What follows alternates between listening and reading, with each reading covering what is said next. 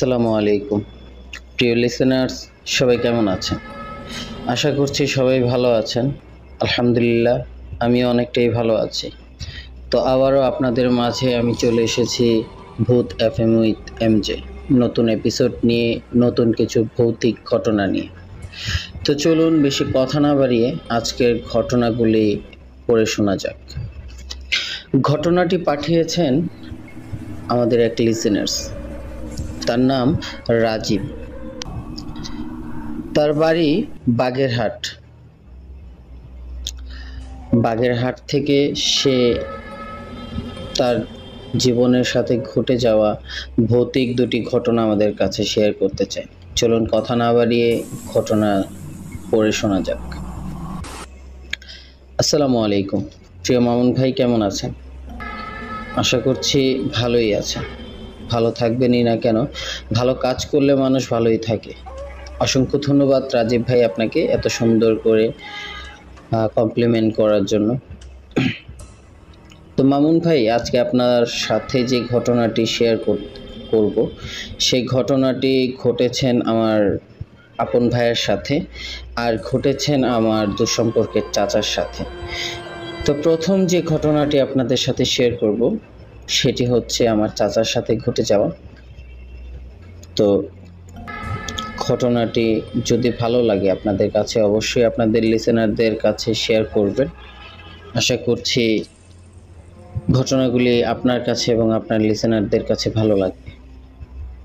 অবশ্যই অবশ্যই রাজীব ভাই। তো ঘটনাগুলি আমার নিজের মতো করে আপনাদের কাছে আমি শোনাচ্ছি। আমি তখন মোটামুটি বুঝি, তেমনটাও ছোট নই। ঘটনাটি ঘটেছেন 2019 সালে। আমি তখন ক্লাস 10-এ পড়ি। আমার সবকিছু মোটামুটি বোঝার ক্ষমতা হয়েছে। আসলে আমাদের বাগেরহাটে একটি জায়গা আছে, সে জায়গাটির নাম সুন্দ্রগোনা গ্রাম। সেই গ্রামে একটা জায়গা আছে যে জায়গার নাম 12 কাটা। সে 12 কাটাকে ঘিরেই শত শত ঘটনা আমি শুনেছি শত মানুষের থেকে। আজকে যে ঘটনাটি আমি আপনাদেরকে শোনাতে যাচ্ছি সে ঘটনাটি আমার দুঃসম্পর্কের চাচার সাথে ঘটেছে। আমাদের গ্রামের এই 12 কাঠা যে জায়গাটা, সে জায়গা দিয়ে আমাদের চলাচল করতে হয়। আসলে আমরা এই সুন্দ্রগোনা গ্রামের যে মানুষগুলি আছি তারা বেশি অংশ আমরা চলাচল করি। আসরের পরে আর কোনো চলাচল করি না, আসর পর্যন্তই করি। কারণ দেখা যাচ্ছে নর্মালি আমরা এই রাস্তা দিয়ে চলাচল করতে পারি না, আমাদের ভয় হয়। আর কেন ভয় হয় বলে রাখা ভালো, এই জায়গাটি পুরো বাঁশ ঝাড়ে ভরা। এমন ধরনের বাঁশঝাড় যে দু রাস্তার দু বাঁশঝাড়ের বাঁশ একত্রে মিলে আছে একটা সুড়ঙ্গের মতো। প্রায় 12 কাঠা জুড়ে এই বাঁশঝাড়ের ঘন জঙ্গল বললেও ভুল হবে না। তো সেখান দিয়ে অনেক সময় অনেক কিছু শোনা যায়, অনেক মানুষের সাথে অনেক কিছু ঘটেছে। আমি এমন একটি মানুষকেও দেখেছি যার সাথে ঘটেছে। তো একদিন আমার ওই দুঃসম্পর্কের চাচা, সে বাজার থেকে ফিরতে কিছুটা লেট করে ফেলে। তার আস্তে আস্তে প্রায় সন্ধে কাছাকাছি হয়ে যায়। আমরা নর্মালি এমনিতেই ওই রাস্তা দিয়ে যেতে পারি না, ভয় করে। সন্ধ্যার পর তো চলাটা নিষিদ্ধই একমতে।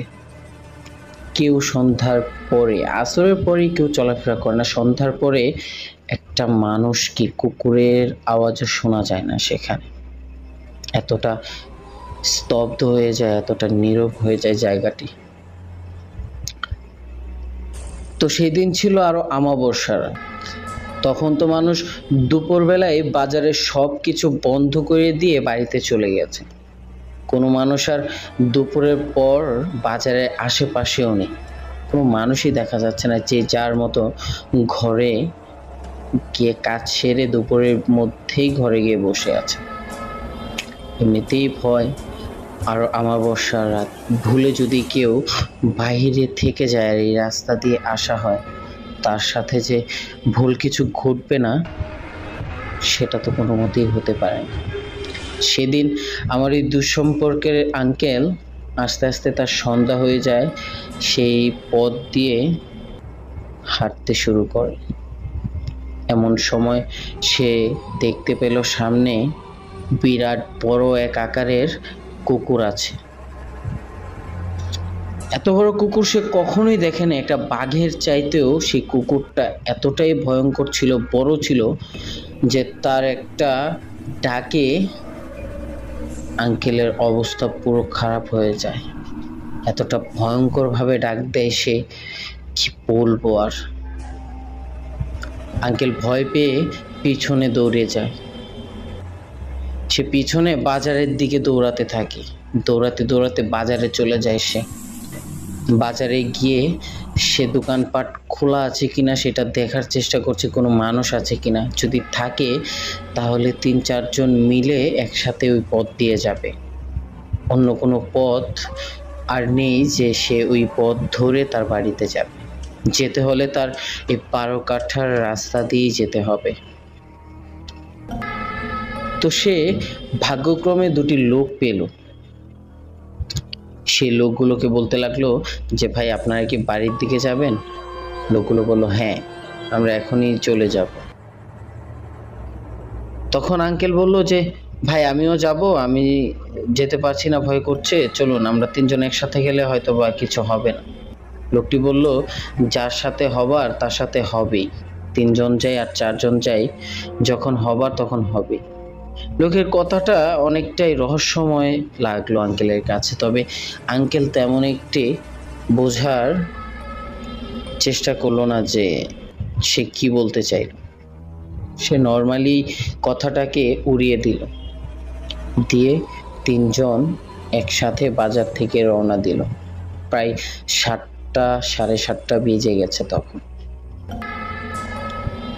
তার 3 জন এই 12 কাঠার রাস্তার কাছাকাছি যখন চলে আসে, আঙ্কেল ফিল করতে পারে যে তার সাথের লোকগুলো আস্তে আস্তে তার পিছনে পড়ে যাচ্ছে। সে পিছনে তাকিয়ে বলল, ভাই আপনি এত স্লো হাঁটতেছেন কেন? ওই লোকগুলো বলল, ভাই আমরা কথা বলতেছি, আপনি হাঁটেন, আমরা আছি পিছনে। আঙ্কেল ওইদিকে কান্না দিয়ে আবার সোজা হাঁটতে লাগলো। হাঁটতে হাঁটতে যখন সে 12 কাঠার মাঝামাঝি চলে আসলো, সে পিছনে তাকিয়ে দেখে লোকগুলো আর নেই। লোকগুলো যখন নেই তখন আঙ্কেলের পুরো শরীর কেঁপে উঠলো, আর সে আল্লাহকে ডাকতে লাগলো, নানান রকমের সূরা পড়তে লাগলো। এমন সময় সামনে দেখে বিরাট বড় আকারের এক বিড়াল। কালো বিড়ালকে দেখেই তো আঙ্কেল বুঝতে পারলো যে একটু আগে দেখলাম এক কুকুর, এখন দেখছি বিড়াল, তার মানে আজকে আমার সাথে খারাপ কিছুই ঘটবে। সে দৌড়ে এই সামনেই যেতে লাগলো, বললো আর পিছনে যাব না, সামনে দেখে কি আছে। যখন সে যেতে লাগলো, ওই বিড়ালটি জোরে গর্জন করে মেয়াও বলল যখন, তখনই আঙ্কেল থমকে দাঁড়িয়ে তার পুরো শরীর জুড়ে ঘামতে লাগলো। সে চোখ বন্ধ করে যখন আবার তাকালো, সামনে ওই বিড়ালটা নেই। সে একটু স্বস্তি পেল। স্বস্তি পেয়ে সে সামনে আগাতে লাগলো। ভয়ে ভয়ে ছোট ছোট পায়ে সে আগাতে লাগলো। তখনই পিছন থেকে কে যেন হাসতে লাগলো।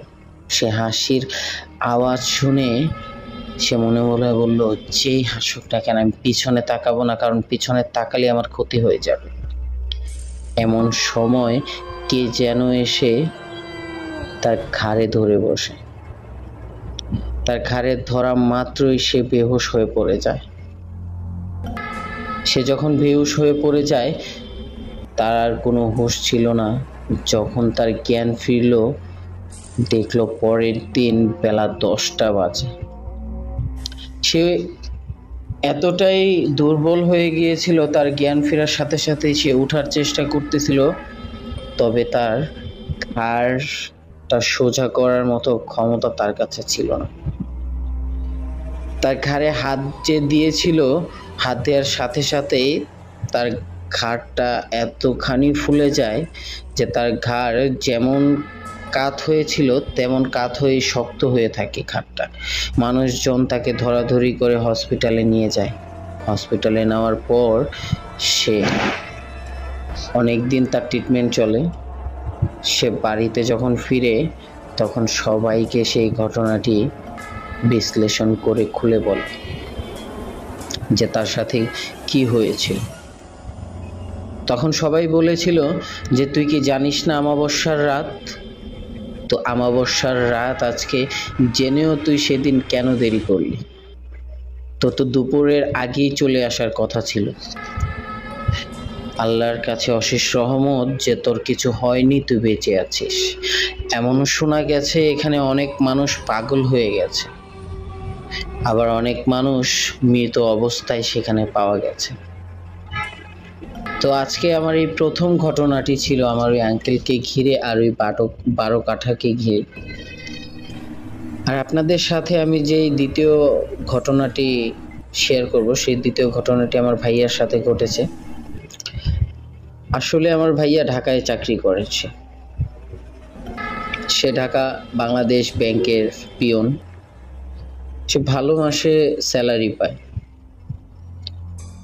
তো ঘটনাটি প্রায় বেশি দিন হবে না, এই কিছুদিন আগে, 6-7 মাস আগের ঘটনা আমার ভাইয়ার সাথে ঘটে।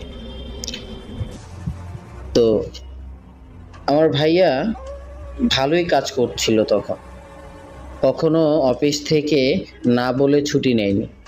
আর তাকে ছুটি দেওয়া হলেও সে বাড়িতে বেশি একটা আসেন, কারণ তার বাড়িতে তেমন কোনো বন্ধু নেই। সে সারাক্ষণ তার মোবাইল নিয়েই থাকে আর অফিস নিয়েই থাকে। বাড়িতে ঈদের ছুটি পেলে তখনই আসে। মাসে মাসে আমাদেরকে টাকা পাঠিয়ে দেয়। আমরা এই নিয়ে ভালোই ছিলাম। আমাকে সে অনেকটাই আদর করতো, আমার যখন যা লাগতো সে পাঠিয়ে দিত।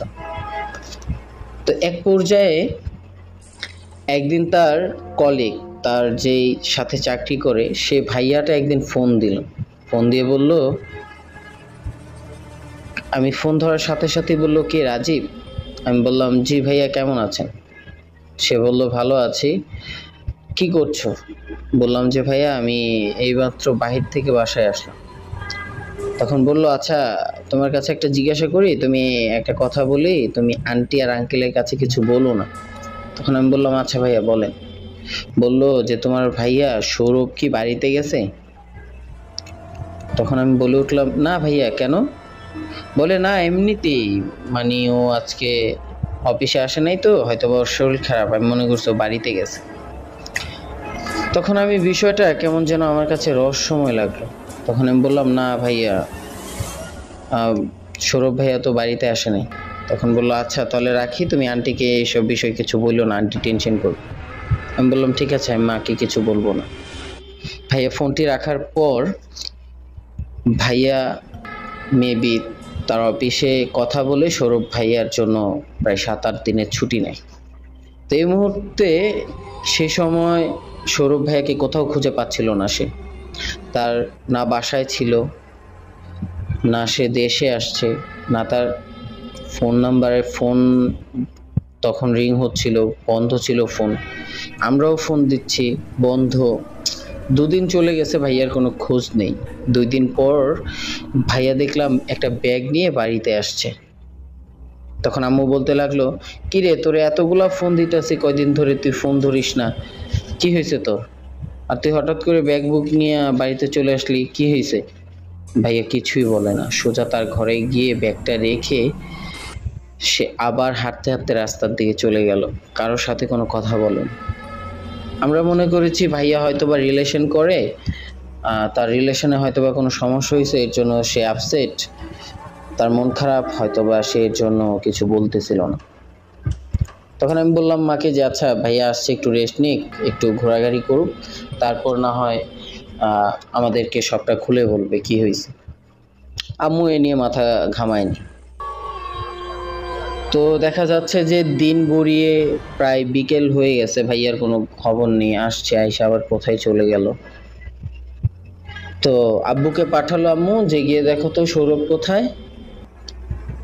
আব্বু গিয়ে দেখে সে একটি বাগানের তাল গাছের উপরে বসে আছে। আব্বু দেখে তো পুরাই অবাক, যে ছেলেটা কখনো গাছেই উঠতে পারে না, তার কোনো বন্ধুই নাই, সে হঠাৎ করে গাছের আগায় কি করে। আব্বু তখন কতবার যে তাকে ডেকেছে বলার বাহিরে। সে তাল গাছের উপর ঘুমাচ্ছিল তখন আর আব্বুর বুঝতে বাকি নাই যে ভাইয়াকে কেউ কিছু একটা ভর করছে। আব্বু তখন দৌড়ে যায় মসজিদের ইমাম সাহেবের কাছে। ইমাম সাহেব বলে, আচ্ছা আমি যাচ্ছি, আর আপনি দেখেন একটা কবিরাজ আনতে পারেন কিনা, ভালো হয় সবচেয়ে।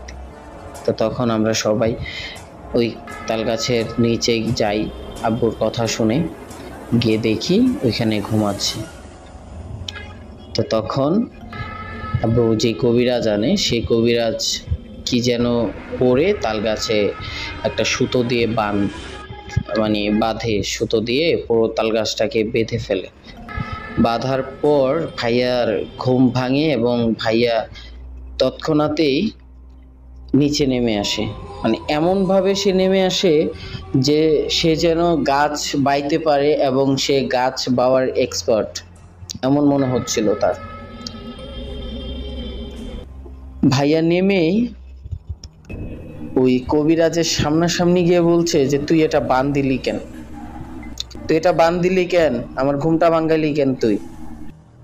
তখন কবিরাজের গলায় চেপে ধরে ওই জিনিসটা। আমরা সবাই তাকে ছোটানোর চেষ্টা করি, তার ভিতরে এত পরিমাণ শক্তি এসে পড়েছিল বলার বাহিরে। কখনো ভাবিনি যে ভাইয়া এরকম ঘটনা ঘটাবে বা এমন ঘটনা তার সাথে ঘটবে। আমি শুধু দেখছি, সবাই তাকে ছোটানোর চেষ্টা করতেছিল। তখন কোনো রকম ছোটানোর পর ওই কবিরাজ তার হাত থেকে সাদা পাউডারের মতো কি যেন নিয়ে পরে ভাইয়ার মাথার উপরে ওই পাউডারগুলো ছেড়ে দেওয়ার সাথে সাথে ভাইয়া মাটিতে বসেই সে কান্নাকাটি করতে থাকে, যা আমারে ওরে নিয়ে যাইতে দে, ও আমার সাথেই থাকবে, তোরা বিরক্ত করিস না, ওরে আমি ভালো রাখবো। তখন কবিরাজটা বলল যে তুই ওকে কোথা থেকে ধরছস আর কেনই বা ধরছস ওরে। তখন বলল যে আমরা ওই রাস্তা দিয়ে যেতে যেতে তখন আমাদের ইস্তেঞ্জা ধরে, আমরা ওর ওয়াশরুমে যাই। ও কি করে, ওয়াশরুমে নক না করে কাশি না দিয়ে ঢুকে আমাদের সেওয়াতে পাড়া দেয়। তো ছায়াতে পাড়া দেওয়ার সাথে সাথেই আমাদের রাগ উঠে যায়, আমরা ওকে ধরি। তো কথায় বোঝা গেল যে ওরা প্রায় 4-5 জন ছিল যারা ভর করছে ভাইয়ার সাথে, যে অভয়গুলা জিনগুলা, তারা নাকি ভাইয়ারে ধরছে, কেন তার ছায়াতে পাড়া দিছে এর জন্য। তো তার জবানবন্দি নেওয়ার পরে কবিরাজ বলতেছে যে আচ্ছা ওকে ছেড়ে দেওয়ার ভুল হয়েছে, আর কখনো এরকম ভুল হবে না, আর তোরা কখনো এই ছেলেটাকে বিরক্ত করবি না, আর আমার চোখের নাগালে পড়বি না। তখন বলতেছে যে যদি না যাই কি করবি। তখন কবিরাজ বলল যে যদি না যাস তা তোদেরকে আজীবনের জন্য আমি বেঁধে রাখবো, আমার তেমন ক্ষমতা দিছে আল্লাহ। তখন সে বলল যাবো একটা শর্তে, আমাদেরকে কাঁচা গোশ এনে দে, কাঁচা মুরগি এনে দে, জেতা মুরগি। তো তখন বলল যে তোকে কোথা থেকে এখন মুরগি এনে দেব, তুই কি বললেই তুই সবকিছু পেয়ে যাবি নাকি। তখন ওই জিনটা বলল যে আমি এখন যা চাইবো তুই তাই দিবি, নাহলে আমি ছাড়বো না, দেখি তুই কি করতে পারিস। তখন আমার আম্মু আর আব্বু বলে উঠলো যে একটা মুরগি তো তেমন কোনো বড় বিষয় না। তো আব্বু দৌড়ে বাজারে যায়, বাজারে গিয়ে বড় দেখে একটা বড় মোরগ কিনে আনার পর বলতেছে যে এখন আমি কাঁচা খাবো না, আমার এটা ভেজে দে। তখন তো কবিরাজের আরো রাগ উঠে যায়, সে পানি পোড়া দিয়ে তার উপরে ছিটায়, সে বলতেছে, দেখ আমারে জ্বালা পোড়া দিস না, আমি কিন্তু ওরে মেরে ফেলবো, যদি চাস আমি এখান থেকে চলে যাই তাহলে আমি যেটা বলি সেটা কর। তখন আম্মু তাড়াতাড়ি এটা বাসায় নেয়, বাসায় নিয়ে আরো আমার 2 কাকিরা মিলে এটা ছিলে এটা ভাজতে চায়। আম্মুরা তখন বাড়িতে ওই মোরগটাকে আনাম ভাজার চেষ্টা করতেছিল, তখন শুধু তেলের মাঝে ছেড়েছে। তার মনে হয় 1 থেকে 2 মিনিট পর ওই জিনটা বলতেছে যে গিয়ে বল তেল থেকে ওইটা উঠানোর জন্য। আমরা সবাই অবাক, এই ঘটনাটা ঘটতেছে মাঠের মধ্যে, মাঠ থেকেই বলে দিল যে বল তেল থেকে এখনই উঠানোর জন্য, আমি এইভাবেই খাবো, আধা সিদ্ধ খাবো। আমরা সবাই অবাক হয়ে যাই। কবিরাজ বলে দৌড়ে যাও। তখন আমি দৌড়ে গিয়ে আম্মুকে বলে আর ভেজো না, বলছে এইভাবেই নিয়ে যাইতে। তখন ওইটাকে এইভাবেই থালের মধ্যে নিয়ে ভাইয়ার সামনে নেওয়া হয়। ভাইয়ার সামনে নেওয়ার পর এই গরমটাই ভাইয়া কিভাবে যে ধরে খেয়েছে বলার বাহিরে, এতটা ঘৃণা লাগতেছিল যে আমাদের সামনে কোনো পিচাস কিছু চাবিয়ে খাচ্ছিল এমন মনে হচ্ছিল। তার কিছুক্ষণ পর কবিরাজকে ওই জিনটা কথা দিয়ে চলে যায়। ভাইয়াকে ছাড়ার সাথে সাথেই ভাইয়া সেন্সলেস হয়ে যায়। তাকে ধরে সবাই বাসায় নিয়ে তার জ্ঞান ফেরার সাথে সাথেই মানে আমরা বুঝতে পারলাম যে ভাইয়ার কোনো প্রবলেম হয়েছে।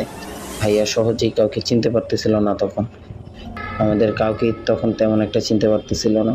তাড়াতাড়ি ওনাকে হসপিটালাইজ করা হয়, তাকে হসপিটাল নিয়ে যাওয়া হয়।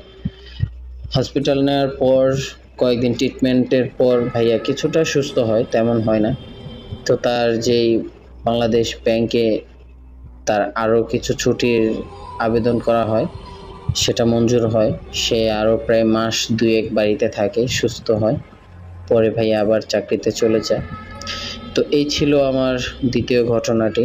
আশা করি 2টি ঘটনাই আপনাদের কাছে ভালো লাগবে। আমি মামুন ভাইয়ের মতো বলতে চাই যে যার সাথে ঘটনাগুলি ঘটে, যার সাথে ঘটছে, একমাত্র সেই সাক্ষী দিতে পারবে সেই সময়টার যে সেই ঘটনাটি সত্যি ছিল না মিথ্যা। যার সাথে ঘটে সেই বলতে পারবে যে ঘটনাগুলি কতটা মর্মান্তিক ছিল, কতটা শিহরিত ছিল, কতটা ভয়ঙ্কর ছিল। আমরা কখনোই একটা অভয়বের ভয়ঙ্কর সময়টা পার করি। যারা করছেন, যারা করেছেন তারাই বুঝবেন। তো আজকের মতোই অন্য কোনো ঘটনা যদি আমি পেয়ে থাকি অবশ্যই আপনাদের ইমেল করে জানাবো। আসসালামু আলাইকুম। আজকের মতো বিদায় নিচ্ছি, ভালো থাকবেন সবাই। ওয়ালাইকুম আসসালাম রাজীব ভাই, আপনাকে অসংখ্য ধন্যবাদ এত সুন্দর করে আমাদেরকে আপনার ঘটনাগুলি লিখে পাঠানোর জন্য। অসংখ্য ধন্যবাদ। আসলে আমি চাই এটা যে আমার লিসেনার্সগুলো আমাকে তাদের যে মনে থাকা বা তাদের সাথে ঘটে যাওয়া, তার ফ্যামিলির সাথে ঘটে যাওয়া, পাড়া প্রতিবেশীর সাথে ঘটে যাওয়ার যে ভৌতিক ঘটনাগুলি আছে আমাদেরকে শেয়ার করুক, আমাদেরকে ইমেল করে পাঠাক। আমরা যাতে আমাদের লিসেনারদের কাছে পৌঁছে দিতে পারি এই ভৌতিক ঘটনাগুলি, আরও নতুন এপিসোড তৈরি করতে পারি, সেজন্য যাতে আমাদেরকে হেল্প করে আমাদের লিসেনাররা, সেই আশা করছি, কামনা করছি। আসসালামু আলাইকুম, সবাই ভালো থাকবেন।